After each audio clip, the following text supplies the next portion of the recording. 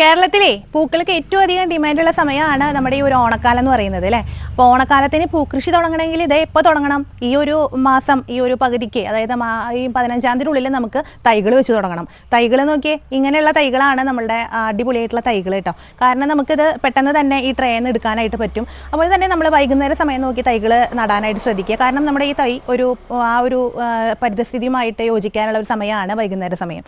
അപ്പോൾ തൈകൾ നട്ട് 80 ദിവസം ആകുമ്പോഴേക്കും നമുക്ക് നല്ല രീതിയിൽ പൂക്കൾ കിട്ടി തുടങ്ങും. നമ്മുടെ നോട്ടവും അതിലുപരി നമ്മൾ കൊടുക്കുന്ന വളങ്ങൾ, അതിൻ്റെ പരിചരണമാണ് പെട്ടെന്ന് പൂക്കൾ ഉണ്ടാകാനായിട്ടുള്ള നമ്മുടെ ഒരു കാര്യം എന്ന് പറയുന്നത് കേട്ടോ. അപ്പോൾ അതിന് വേണ്ടിയിട്ട് നമ്മളെല്ലാവരും തന്നെ നമ്മുടെ സ്ഥലവും പരിമിതിയും അതുപോലെ തന്നെ ആ ഒരു വിപണിയും ഒക്കെ ലക്ഷ്യമാക്കിയിട്ട് നമ്മൾ തൈകൾ നടുക. എല്ലാവരും ചോദിക്കാറുണ്ട്, എങ്ങനെയാണ് ഇതിൻ്റെ കൃഷി രീതി, എങ്ങനെയാണ് നിങ്ങൾ കൊടുക്കുന്ന വളം എന്താണെന്നൊക്കെ ചോദിക്കാറുണ്ട്. നമ്മളിവിടെ കൊടുക്കുന്നത് നമ്മുടെ ട്രൈക്കോഡർമ ചേർന്ന വെച്ചൂർ പശുവുണ്ട് നമ്മുടെ വീട്ടിൽ.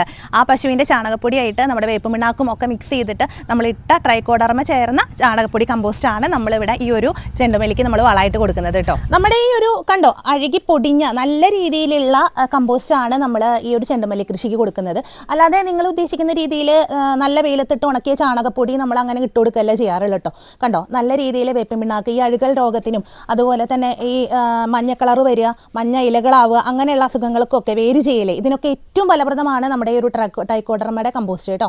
ഓഗസ്റ്റ് 26-നാണ് നമ്മുടെ അത്തം തുടങ്ങുന്നത് അല്ലേ. സെപ്റ്റംബർ 5-ന് നമ്മുടെ തിരുവോണം. പക്ഷേ സെപ്റ്റംബർ 5-ന് തിരുവോണത്തിൻ്റെ ഉള്ളിൽ നമുക്ക് പൂക്ക് കിട്ടിയാൽ പോരാ, അത്തം മുതൽക്ക് തന്നെ നമുക്ക് പൂക്ക് കിട്ടണ്ടേ. അപ്പോൾ അതിനായിട്ട് പൂക്കൃഷി നമ്മൾ ഇപ്പം തന്നെ തുടങ്ങണം കേട്ടോ. ഏകദേശം ഈ മാസം 15-നോട് കൂടി തന്നെ നമ്മൾ ഈ ഒരു പൂക്കൃഷി ചെയ്താൽ മാത്രമാണ് നമുക്ക് നല്ല രീതിയിൽ പൂക്കൾ കിട്ടുള്ളൂ.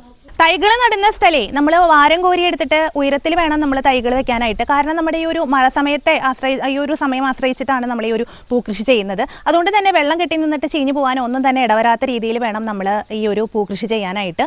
ഇപ്പോൾ പാടത്തും അതുപോലെ തന്നെ ഗ്രോ ബാഗിൽ അല്ലെങ്കിൽ ചെടിച്ചട്ടിയിലൊക്കെ നടുന്നവരുണ്ട്. അപ്പോൾ ഒക്കെ ആ രീതിയിൽ കണ്ടിട്ട് നല്ല രീതിയിൽ മണ്ണ് കയറ്റി കൊടുക്കുക എന്നുള്ളതാണ് ഏറ്റവും പ്രധാനമായിട്ടുള്ള കാര്യം. നല്ല രീതിയിൽ അടിവളം കൊടുക്കണം. ഇത് നമ്മുടെ നല്ല വലിയ പൂക്കൾ കിട്ടുന്ന ഒരു ഇനാണ് കേട്ടോ നമ്മുടെ ഈ ഒരു ചെണ്ടുമല്ലി എന്ന് പറയുന്നത്. അതുകൊണ്ട് തന്നെ നിങ്ങൾ വലിയ പൊക്കത്തിലേക്ക് ചെണ്ടുമല്ലി തൈകൾ പോവാതിരിക്കാനേ ഞാനൊരു ടിപ്പും കൂടി പറഞ്ഞുതരാം കേട്ടോ.